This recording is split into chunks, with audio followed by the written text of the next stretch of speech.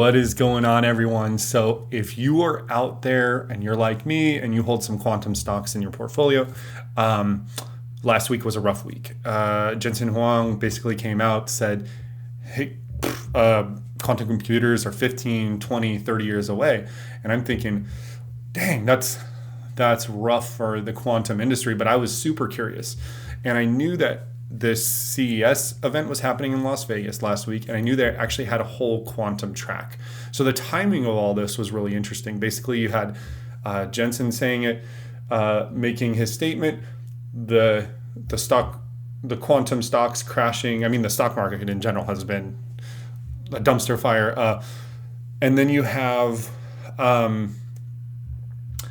this event here, right? And I remember on Thursday, I remember that day I was searching quantum blogs, quantum news sites. I was looking on YouTube. I was checking the CES site. They hadn't posted the video yet. And I was just desperately searching for more information because I wanted to hear from the likes of IBM, Microsoft, IONQ. What did they have to say in response to Jensen? And what is the actual current state of the industry and where are things going? And I think this is a critical and potentially historical conversation and inflection point for this industry as a whole. And it gives me a lot of excitement. It's the reason I'm making these videos, is we're really on the cusp of something awesome. So I hope you enjoy the video and analysis. Thank you all for coming to the session today. The first one is going to be called Quantum is Here. We're going to be focusing on quantum computing from the same page at the subatomic level that has now created entire industries that are enabling us to use the science to create engineering and applications to drive substantial change within the world that we live in.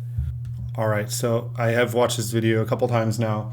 This is the key takeaway from this slide is the potential economic value by 2035 between 1 and 2 trillion is this projection. And that's pretty astounding when you consider the biggest companies in the world are sitting at a $3 trillion market cap. The promise of quantum is, by all intents and purposes, going to be as profound, if not more, than when the internet came about. For those of you that remember pre-1995. That's an insane, he's saying, I don't know if that's actually going to be the case, but it is fascinating to think about. To 2005, that was such a substantial change in pretty much everything that we do and how we interact. This is another one of those step changes that will happen in our lifetimes with regard to what this could do. So from a pure market perspective itself, that physics at the subatomic level has kind of evolved into multiple kind of domains of expertise. The first one being quantum computing, which everybody has heard of. There's also other areas which I will kind of talk about in a little bit. From an overall market perspective, the rough estimate, and there's lots of variations depending on what you count, is about 173 billion. This is a report from McKinsey. And you can see kind of like the breakout of that by quantum sensing, communications, and others. But the two numbers I would point go after what the promise of this could look like. Okay, I'm going to skip forward a little bit because it's a long video. There's 4 or 5 ways you can kind of split up what quantum means from an industry perspective. We've just chosen to show it as 5. There is the compute segment, which is computers. The second one is materials, so properties with different spin. And this is a critical point in this conversation where a lot of people have kind of a reductionist view of quantum, where they see it as a scalable quantum computer in a data center. That's the only conversation in their mind. Are we there? Is that what Jensen is thinking when he says 15, 20, 30 years? That's not the only track. That's not the only domain in quantum, and that's not the only promising thing that's happening in quantum right now, both on the software and hardware side. And different magnetic properties at the subatomic level create new ways we can think about and what kind of materials we could develop. Sensors like high fidelity, different ways to kind of measure what we see in the physical world is a whole kind of segment under quantum sensing. And arguably quantum sensing is further along than even quantum computing with the types of assets. So the third segment session today is going to have a panel with quantum sensing companies talking about what they have done and where they're kind of going with it. So these are kind of 5 things that we've kind of broken up. And quantum cryptography is two sides of it. It is how do we protect classical compute and classical assets from the advent when a quantum computer comes, and also what does pure kind of quantum cryptography mean when that kind of comes about. So it's both sides of that equation is a market, and there's a tremendous amount of market for it now. NIST recently announced a set of protective algorithms to protect classical computers, and there's a whole industry being formed around how do we do that today before true quantum comes about. So not only is it quantum from a pure sensitive perspective, but the transition that needs to come through to make that happen over the next 10 years. So there's businesses, there's industries, there is applications, there is devices, all being kind of created in what we call the kind of like the overarching world of quantum is really the idea. So let me talk very quickly about two more things. So if I go into the quantum computing, this will give you kind of a very high level, it's bifractal, but some of the potential applications that is possible in compute. It also touches on cryptography and communications. I'm not going to read the slide. But he's not going to read the slide, but I am. Cryptography, I think, is a huge one. So Bitcoin, any sort of encryption on classical computers, as these quantum computers progress, what is our current cryptography standard? Is that going to be enough? Are these banks, financial institutions going to be vulnerable? Modeling with computational chemistry, biology, vaccines,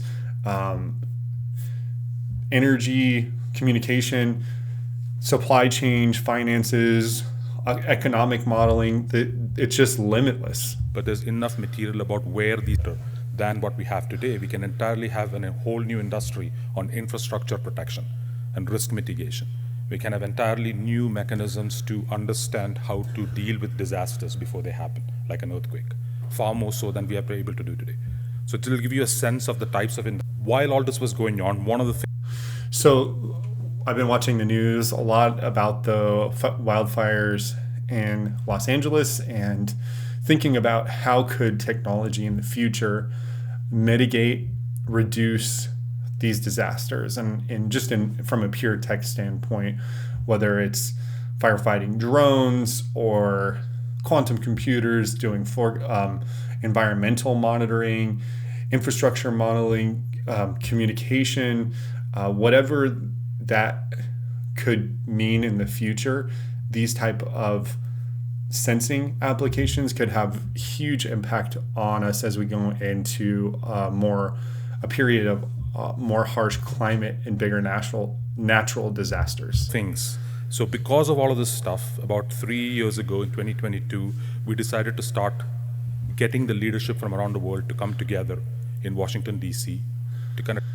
I love this. There's a lot of all you need to take away from this is there's a lot of smart people from around the world working on quantum, both on the software and hardware side. We're going to skip ahead a little bit. And let's look at the panel.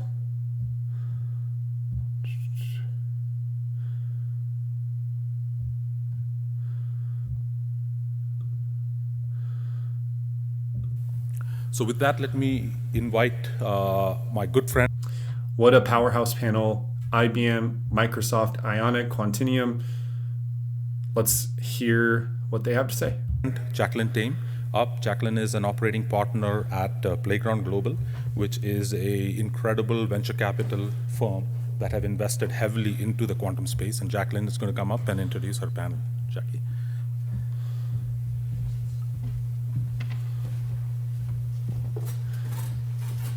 Thank you so much, George, and CES, and to all of you who have joined us this morning. I'm going to go ahead we have skip forward to an early morning, here. Yet hopefully very lively and spicy. No GPU will ever be able to answer an important class of questions about the quantum nature of nature.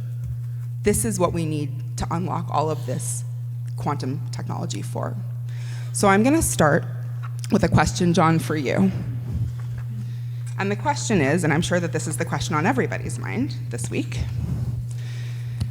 there is a widespread belief that quantum computing is still decades away, maybe 2. How does Microsoft's investment in quantum technologies challenge this perception, and how are you managing expectations about when enterprises are actually going to be seeing real ROI? Well, we do believe that it's years, not decades. We are in the era of reliable quantum computing today. We have achieved detecting errors, correcting errors, and doing compute. And that was really a big milestone for many of us up here to be able to compute and create answers and data from these quantum systems. You know, you mentioned a lot about the intelligence community, and there's an agency here in the United States called DARPA who does research projects, and you can go back to GPS, the internet, voice transcription, all have roots in DARPA. And DARPA has funded and worked with many of us to create supercomputing, utility scale quantum computing before 2033, which is 8 years away. We are, and many others are. Okay, so this is already a stark contrast from what Jensen said. This is Microsoft, okay? This is freaking Microsoft saying 2033 we're gonna have super quantum computer, and that's just 2030. Okay, that's 8 years away, but they have insane capabilities now. That's the message that you continuously hear through this whole panel and the message they're sending. Well on their way to meeting that goal. And so when I look at what we're doing and investing at Microsoft, we're doing two very important things. One, we're investing highly in our partners and the capabilities from Quantinium and IONQ and others to make sure that there's a robust ecosystem, that the skilling is there, that we have the options and capabilities to have different types of quantum computers. We announced just a few months ago with another partner, Atom Computing, that this calendar year we will ship the world's most powerful quantum computer to customers with a discovery suite around it that will help do an end-to-end analysis, discovery, and solution for many types of problems. You said this year, John. That's right, this calendar year, Okay. That's right. And on top of that, we're also pursuing our own first-party quantum computer as well. We've been on this journey over 15 years, closer to 20, and we believe that there is, these quantum computers will absolutely have the ability to solve, as you said, subatomic answers, model nature, and that is why we're here, because you'll hear from many of the other panelists, the solutions are happening today. And as you learn more about it, and as Quantum World Congress continues, and we all see you probably in DC in September, you'll see even more. Now, the last part of your question was how do we manage expectations and ROI? And it's really important when we talk to customers to realize that there is an advantage coming, just like there was with advanced analytics, just like there was with Gen AI. Quantum computing will have that advantage for companies, for businesses, for regions, for governments. And so beginning that journey now with understanding what does it mean, what should I be focused on, which of those areas that George showed are most important to me and where should I go, and how do I get my hands on the capabilities today so I can actually experiment and start to solve these problems is critical. Because we will, in the next, as you said, Jacqueline, 1 to 2 years, have those capabilities ready for everyone to use at some level, and then they will exponentially grow.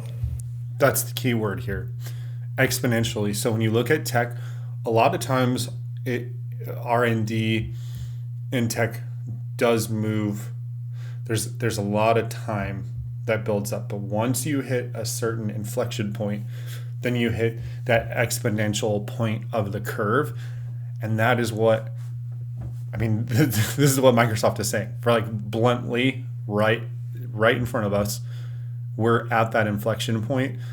It's that this type of technology and the capabilities are going to explode, and there's going to be an advantage for businesses, consumers, companies that can use quantum for their applications.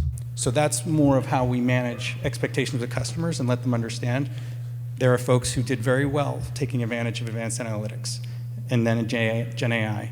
And the quantum computing revolution is the next one that they need to be prepared for today. And Margaret, did you have a perspective also on the kind of timeline aspect of this question? Yes, I think quantum is now.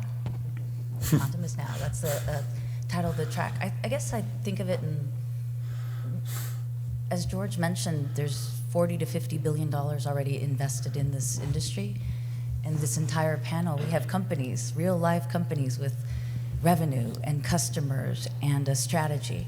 So for us in particular, our strategy was, let's hit the performance benchmarks, we all are hitting them. Let's hit the scale benchmarks, we're all hitting them.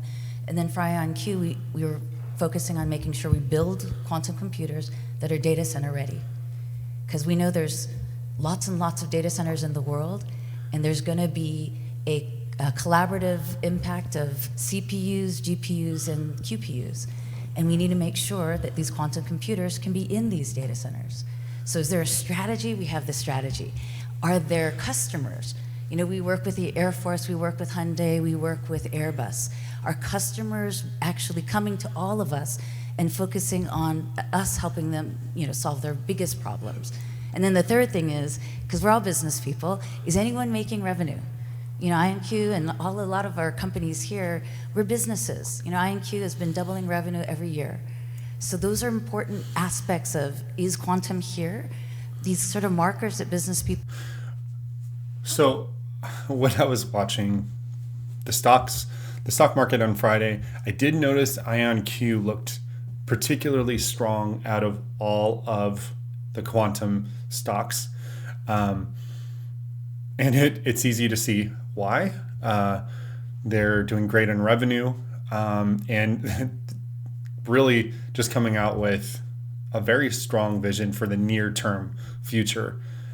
Use, those are the things you should use to evaluate that quantum is here, and we are working on it now. Thank you. Joe, I'm going to actually ask you a question about another kind of myth, right? We're going to do some myth busting today. Good. That quantum is going to entirely replace classical computing. Can you share your insights on how the two will coexist, do you think? Sure, thank you. Let me address this question from the IBM standpoint, and let me set a little bit of a stage. This is super cool. We firmly believe that we are now in an era of quantum utility, and we are very confident that quantum advantage is in the near term, as our panelists have discussed. We follow a roadmap. We published a roadmap in 2019. We have followed it and met every milestone on time or ahead of time in the last 5 years.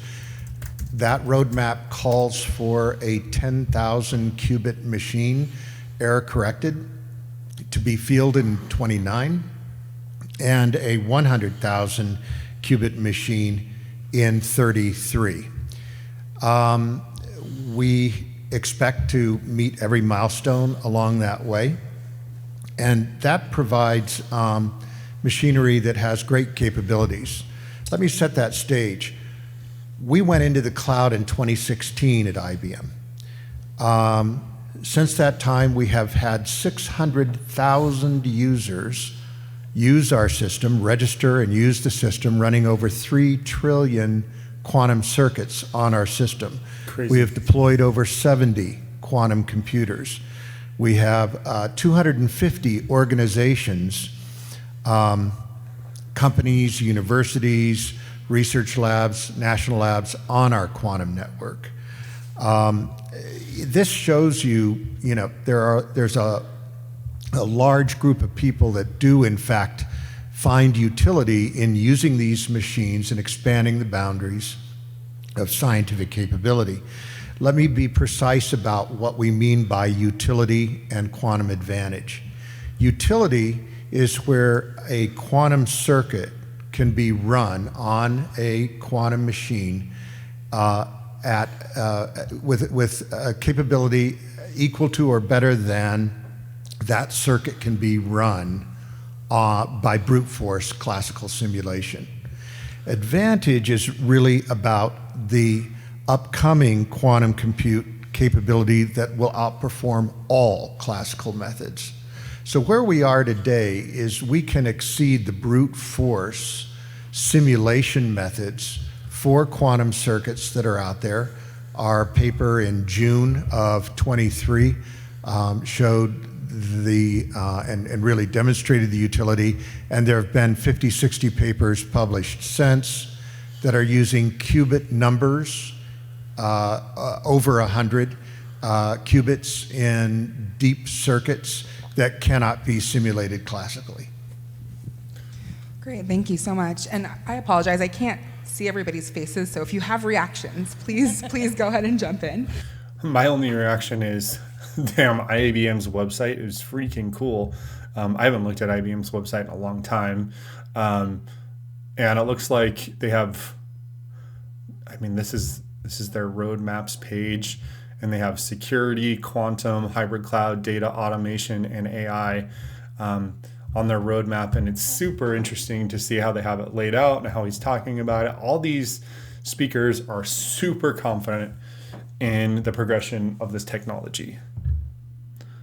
But Nash, in the meantime, Quantinium is operating at the intersection of both hardware and software. And how are you simplifying the explanation of your dual focus when you discuss quantum's transformative potential with your customers?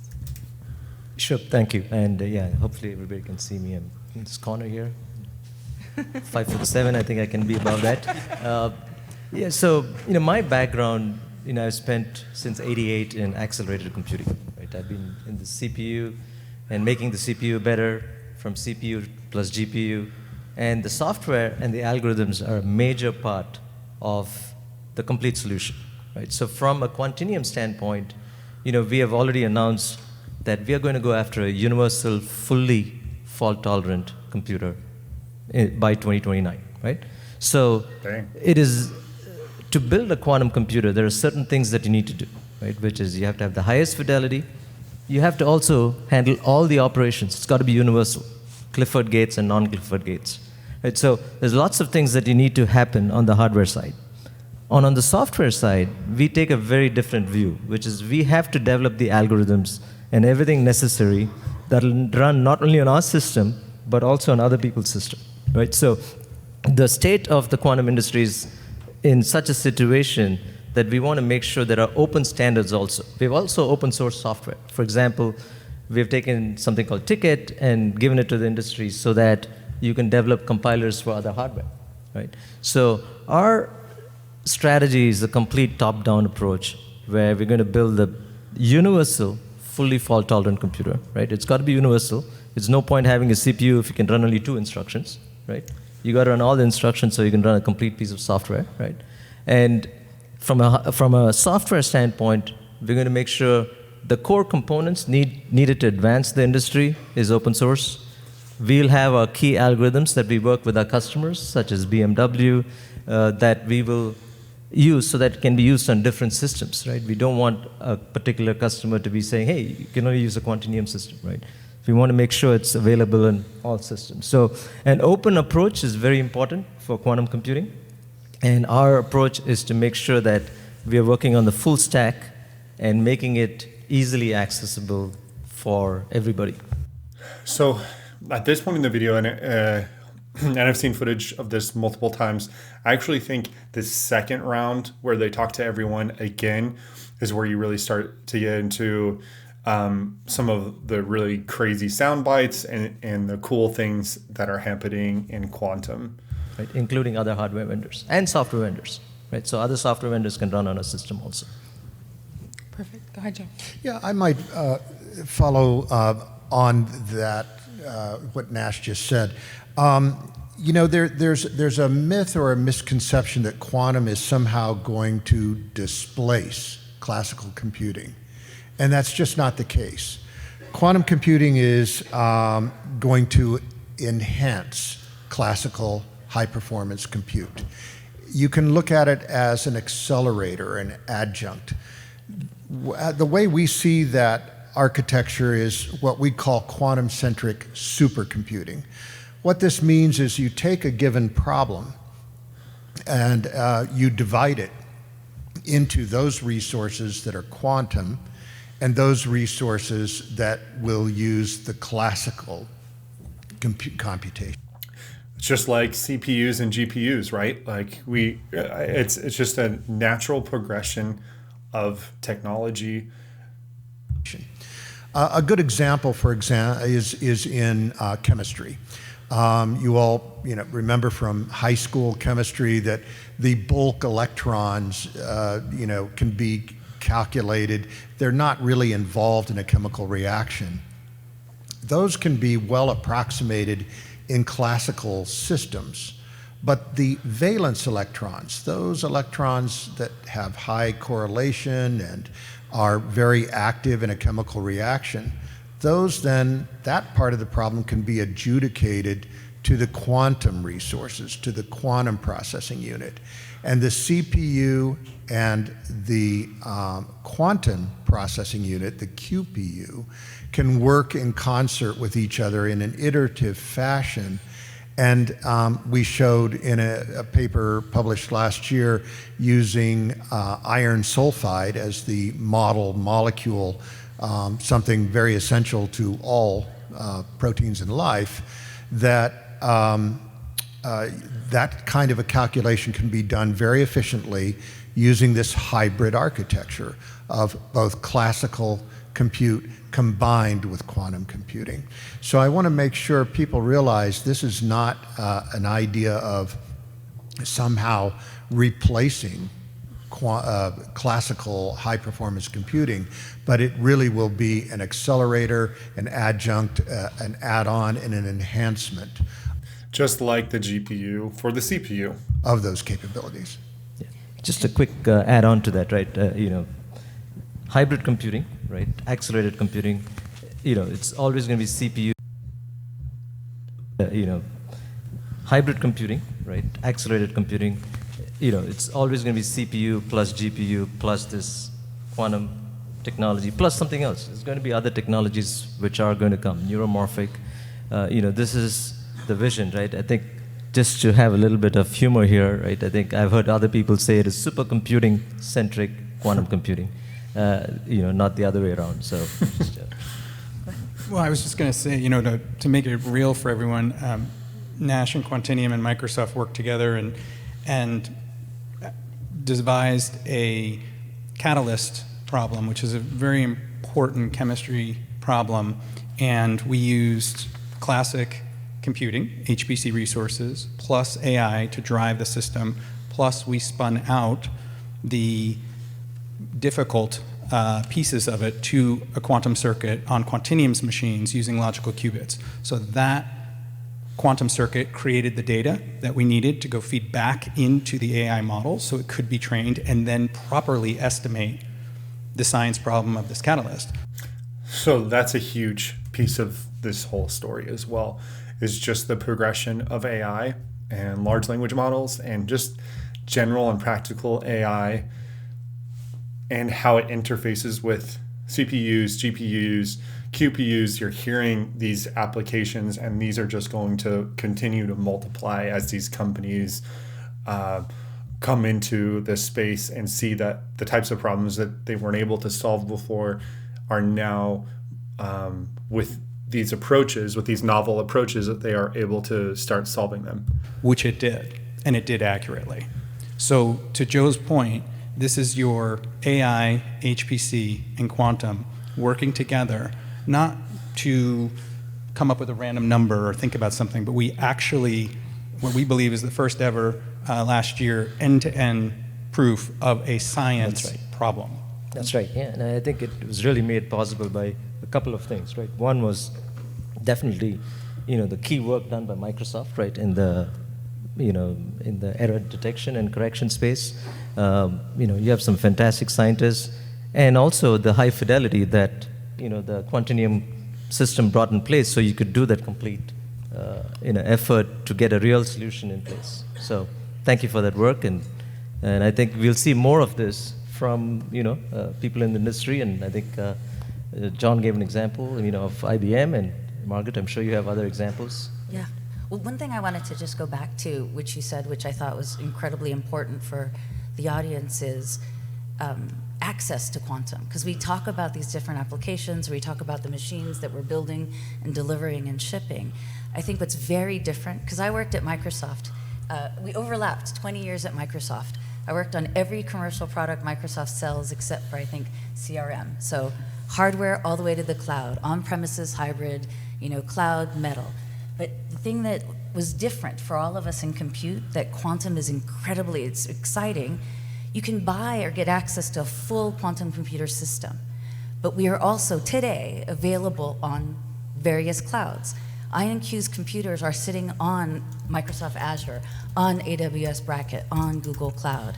Quantinium and IONQ both work with the Oak Ridge National Research Lab to give access to quantum computing to all the people in HPC that want to transition for high performance knowledge to a hybrid knowledge. So that's very different from what I grew up. I grew up coding on mini computers. I don't know if any of you, that's pretty way back. So the step beyond a mainframe, but we'd simulate something, it would take a week to get back one answer. My iPhone can get back answers from 50 different people all at the same time in an instant. So quantum is very different now. We've learned from our past, and we're trying to bring quantum to the masses sooner and faster so that developers can create algorithms and create applications. And I want to add that IBM was the first in the cloud. So just in the interest of time, because I like the competition, the friendly little jab there. This isn't a zero-sum game. Any company that is positioning themselves to benefit from the quantum advantage now is going to see potentially huge return on that investment in the future. Fortunately, we don't have enough time to go into all of the things that we should be going into today. And please see us after the panel outside if you want to continue the conversations. Let's talk really quickly about some of the applications that we are kind of making a lot of progress on and their commercial utility. Margaret, I'm going to start with you. So IONQ has already showcased applications in finance, logistics, et cetera. Can you share a compelling example of a client leveraging quantum today to solve a previously intractable problem? And then I'm going to ask kind of each of you to share your favorite application stories. Well, I think the work that we do with Hyundai, we've actually been working with Hyundai for a very long time. We've actually are now on the third project that we're working on them with. And I think what's important is when you have very large companies like Hyundai, and people go, why are they talking to you guys, any of us, or BMW with Quantinium? Because they have access to the world's fastest supercomputers. So why do businesses need to talk to quantum? It's because they need that collaboration. They need HPC and they need quantum.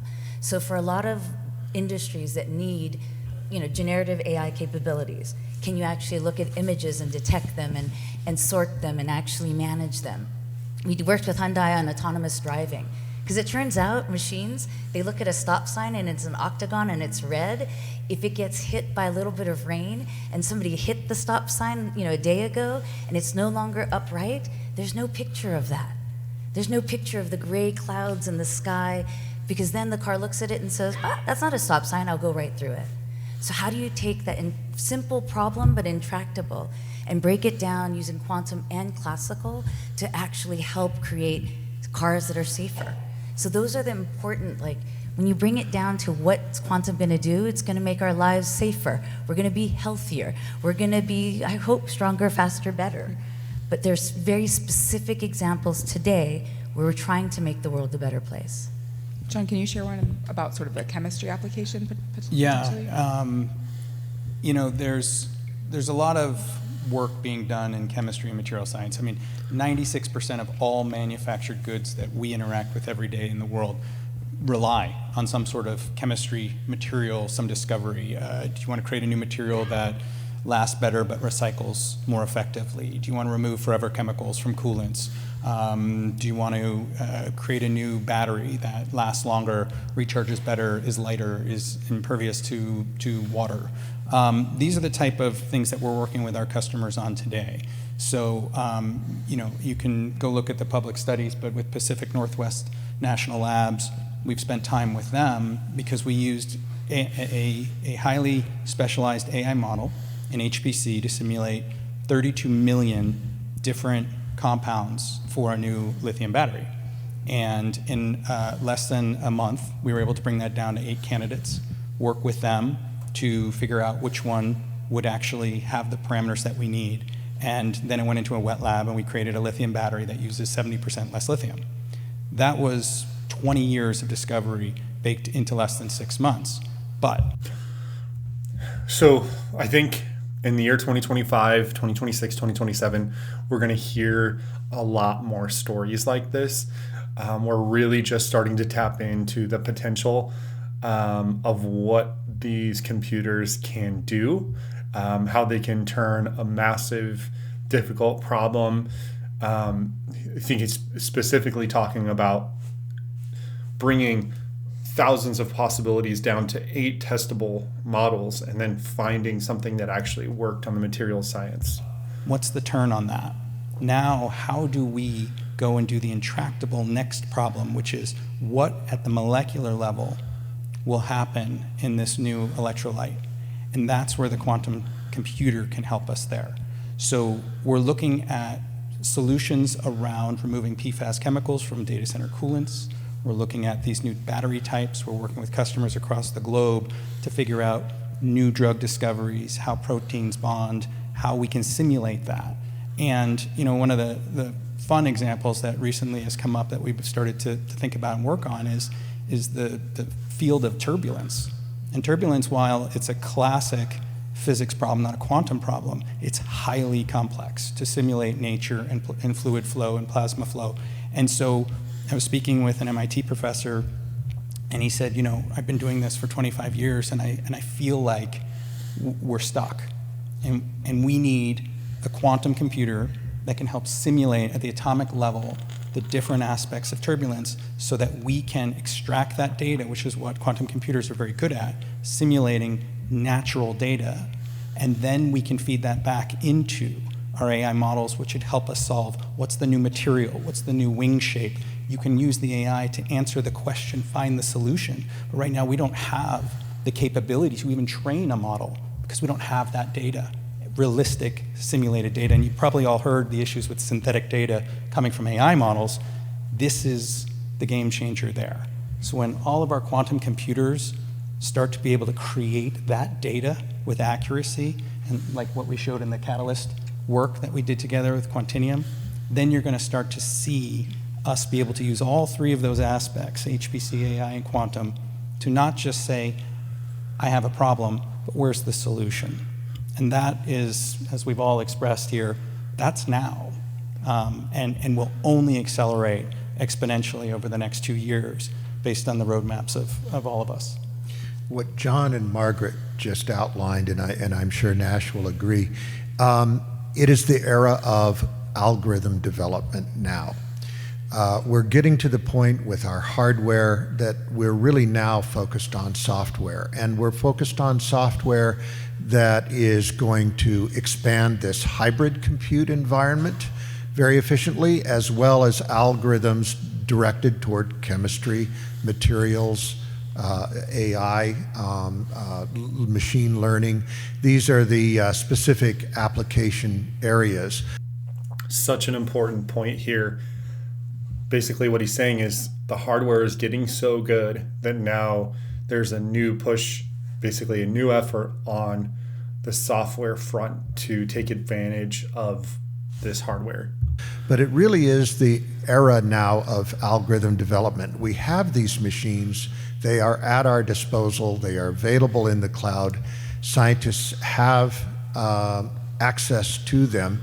And our aim is to get more and more scientists, not just those in physics or chemistry or computer science, but social scientists, psychologists, neuroscientists, structural biologists, people in many different disciplines that could benefit from performing calculations quantumly.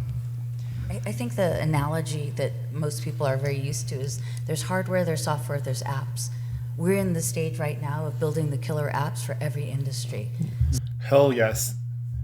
I mean, that's if this video wasn't like 15 minutes long or however long it's going to be, I mean, what does that say to you if you're interested in quantum computers or where this industry is going, that right there, I'm just going to rewind and we're going to play that again.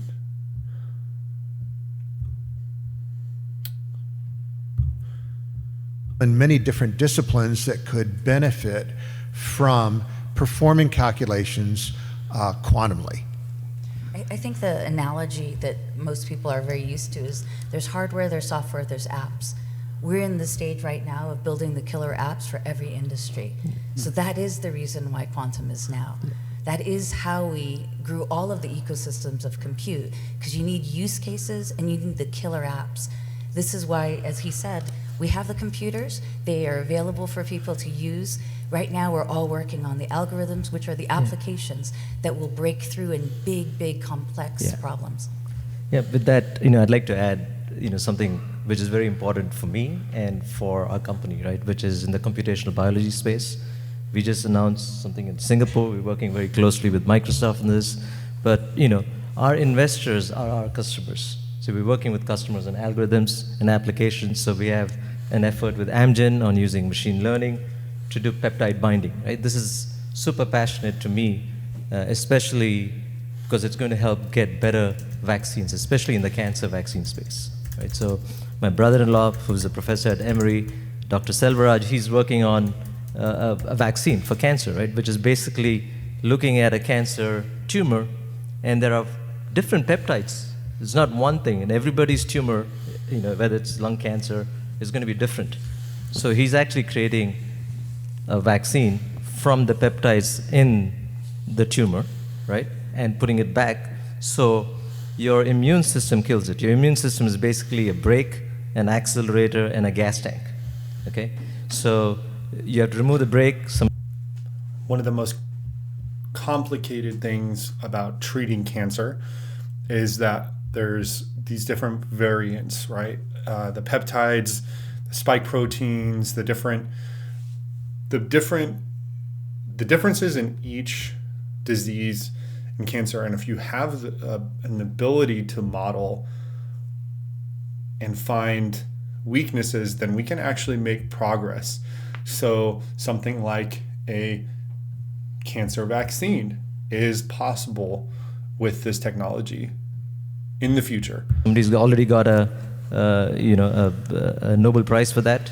The gas tank and the accelerator are important, right? So this can actually kill the tumor the first time, but then you have to continuously give them these vaccines again, but you don't have the tumor anymore and the peptides, right? So you have to take the peptides, get the peptides out, and figure out which peptides can actually bind and actually create the acceleration, okay? So that's where quantum computing is going to be really, really useful, to figure out which peptides you use so that you can actually accelerate those T cells going and killing those cancers, right? So excellent opportunities, I think, with quantum computing. We're already working on this with several companies, and I think it's an exciting space. So I hope that you've taken away, if nothing else from today, the unbelievable importance of what this technology is unlocking already and will continue to unlock across disciplines, across sectors. I know we are at time, but I'm just going to ask for a 15-second from each of you. What is the most exciting hardware or software development that you anticipate in the next 12 to 24 months? Joe. I would say adoption, algorithm development in some of the application areas that we just outlined. Great. Margaret. I'd say we have hardware, software applications. What's incredibly exciting is quantum networking. All of us here, we need to build the quantum internet, and that is what we're actually focused on doing now. What the hell is the quantum internet? I don't even understand what it sounds cool though. I don't understand what that is, but I am intrigued As well. I'd say that where we're focused is even coming up a level on the algorithm and creating a co-pilot-like experience that automates the entire scientific reasoning loop. So you describe a goal and you get a solution. And you can do that without being a quantum physicist, which I am not. So many of the examples you heard here, you may say to yourself, well, I'm not in academia, I'm not a quantum physicist, but the algorithms and then the agentic framework that will interact with you trying to solve a problem and take away what you need to do across HPC, AI, and quantum for you. That's what I'm most excited about, and we're going to be seeing vast improvements that in the next year or two. Very cool. Nash. All right, so I'm last. So I think there are three things which I 15 see seconds, happening. please. Okay. The first one is the machines are going to get more reliable, right? Higher fidelity. Okay. So I think that is going to happen. You're going to have better error correction algorithms. End of the day, you need more qubits, but at better fidelity. So I think you're going to see that happen, and you'll see a lot of progress in that in this year. The second one is in terms of applications. I explained a very important application which is probably affecting everybody on this planet. Okay. You'll see more progress in those types of applications and algorithms with a combination of CPU plus GPU plus quantum. And the third one, I think you alluded to it in terms of how quantum can help AI, especially in the data side. And you're going to see a lot of progress on that side, especially coming from us, I think, in that space. So these are three important things which are going to happen, which is really going to take quantum computing to the next level in 2025. Amazing. Well, everyone, quantum is here. Thank you so much to our panelists. Really appreciate your time today, and we'll see you next time. All right, that is a wrap for this video. If you've made it this far, you are probably just as interested in quantum computing as I am. Please consider leaving a like and subscribe if you haven't already, and we will see you all next time.